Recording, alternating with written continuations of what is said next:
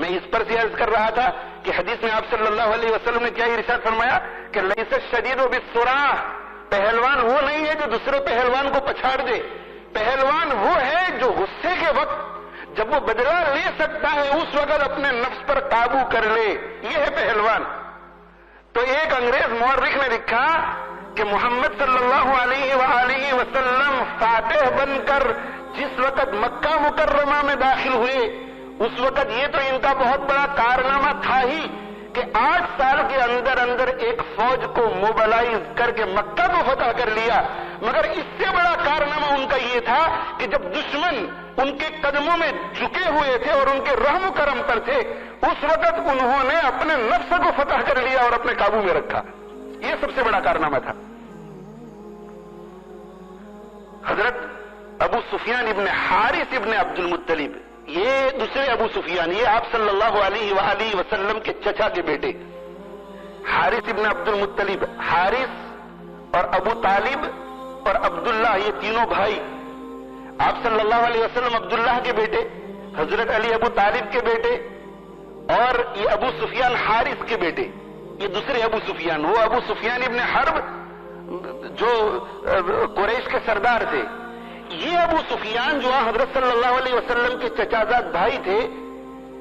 یہ بہت بڑے شاعر تھے،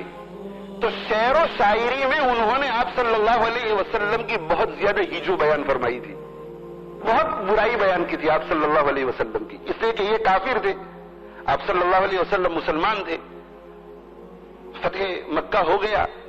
ابو سفیان ابن حارث ابن عبد المطلب نے اسلام قبول کر لیا، مگر اسلام قبول کرنے کے باوجود آپ صلی اللہ علیہ وسلم کو تکلیف اتنی زیادہ پہنچی تھی کہ آپ صلی اللہ علیہ وآلہ وسلم ان کی طرف توجہ نہیں فرما رہے تھے، دل بہت دکھا تھا۔ تو ابو سفیان ابن حارث اب چونکہ مسلمان ہو گئے تھے اور اللہ کے نبی کی ناراضگی کتنی مضر اور نقصان دہ ہے وہ سمجھتے تھے، اس لیے اپنے کزن چچازاد بھائی حضرت علی کے پاس مشورے کے لیے گئے اور انہوں نے کہا کہ یہ علی، میں مسلمان ہو گیا مگر محمد صلی اللہ علیہ وسلم کو مجھ سے اتنی تکلیف پہنچی ہے کہ وہ تو میری طرف بالکل توجہ بھی نہیں فرماتے، دیکھنے کے لیے بھی تیار نہیں ہے اور بالکل ہی بات کرنے کے لیے تیار نہیں، تو میرا بیڑا آخرت میں پار کیسے ہوگا، تو تم مجھے کوئی راستہ بتلاؤ۔ تو حضرت علی رضی اللہ تعالیٰ عنہ نے فرمایا کہ ابو سفیان تم ایسا کرو کہ اللہ کے نبی صلی اللہ علیہ وسلم کے پاس چلے جاؤ اور تم جا کر کے ان کے سامنے وہی بات کہو جو یوسف علیہ السلام کے بھائیوں نے یوسف علیہ السلام کے سامنے کہی تھی، تم جا کر کے کہو کہ تاللہ لقد آثرک اللہ علینا وان کننا لخاطئین، تم جا کر کے یہ کہو، اس لیے کہ میں اللہ کے نبی صلی اللہ علیہ وسلم کے ساتھ بچپن سے رہا ہوں اور میں ان کی اس خوبی کو جانتا ہوں کہ ان کی نرمی کے ساتھ کسی اور کی نرمی کا اور ان کی معافی کے ساتھ کسی اور کی معافی کا مقابلہ ہو جائے تو وہ ہمیشہ اس بات کی کوشش کرتے ہیں کہ نرمی اور معافی کے اندر میں آگے بڑھ جاؤں۔ تو تم جا کر کے یہ پڑھو، ان کے سامنے جا کر وہی بات کہو جو یوسف علیہ السلام کے بھائیوں نے کہی تھی۔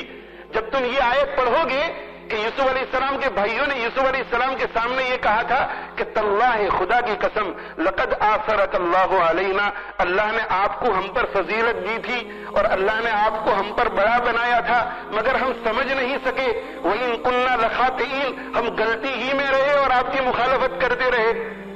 تو تم جا کر کے یہ بات جب کہو گے تو اللہ کے نبی صلی اللہ علیہ وسلم کے سامنے یوسف علیہ السلام کا جواب آ جائے گا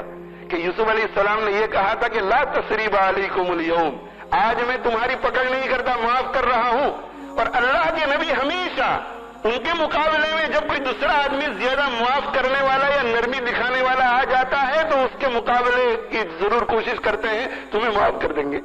یہ گئے حضرت ابو سفیان ابن حارث رضی اللہ تعالیٰ عنہ اور انہوں نے کہا کہ تاللہ لقد آثرک اللہ علینا وان کننا لخاطئین، بس یہ کہنا تھا کہ اللہ کے نبی صلی اللہ علیہ وسلم نے ان کی آنکھوں میں آنکھ ڈال کر کے دیکھا، مسکرائے اور فرمایا لا تثریب علیکم اليوم یغفر اللہ لکم وہو ارحم الراحمین۔ یہ ہے بات میرے بھائیو جذبہ معاف کرنے کا۔ وہ حباری بن اسود جو قاتل تھا آپ صلی اللہ علیہ وآلہ وسلم کی صاحبزادی کا قاتل، وہ بھاگا مکہ مکرمہ سے، اس لیے کہ اسے پتا چل گیا تھا کہ میرے نام کا اعلان ہو گیا ہے، وہ بھاگا اور ارادہ اس نے یہ کیا کہ میں ایران چلا جاؤں گا، ایران چلا جاؤں گا اور ایران جا کر کے زندگی بسر کر لوں گا، مگر آدھے راستے پر پہنچا اور آدھے راستے پہنچ کر کے واپس آ گیا اور واپس آ کر کے دوسروں سے اپنے آپ کو چھپا بچا کر اللہ کے نبی کے قدموں میں ڈال دیا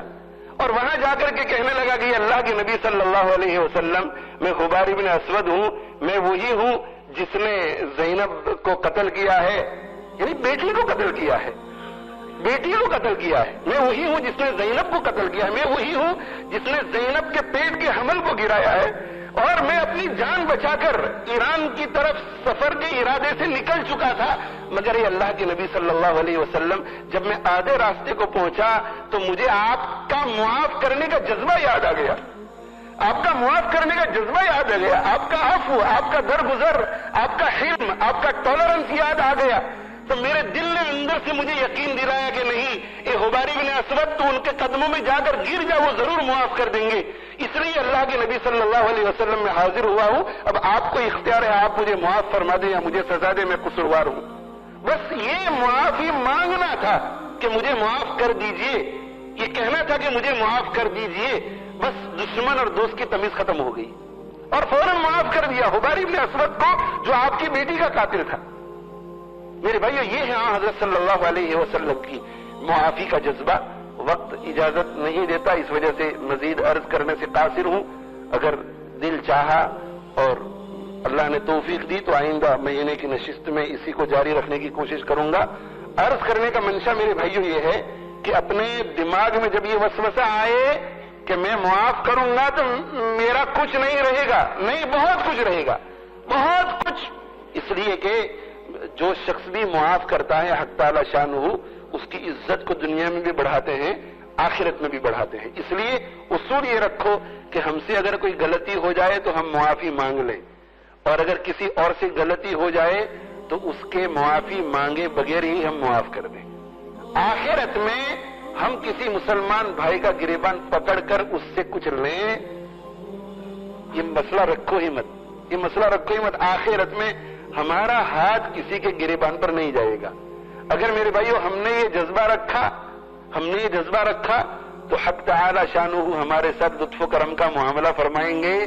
اور حق تعالی شانہ ہمارے ساتھ بھی بخشش کا معاملہ فرمائیں گے کہ میرا بندہ مخلوق ہو کر بخشش میں اتنا وسیع دل رکھتا ہے تو میں تو خالق ہوں۔ اللہ تعالی ہم سب کو عمل کی توفیق عطا فرمائے۔ وآخر دعوانا الحمدللہ رب العالمین، وصلی اللہ علی نبینا محمد وعلی آلہ وصحبہ۔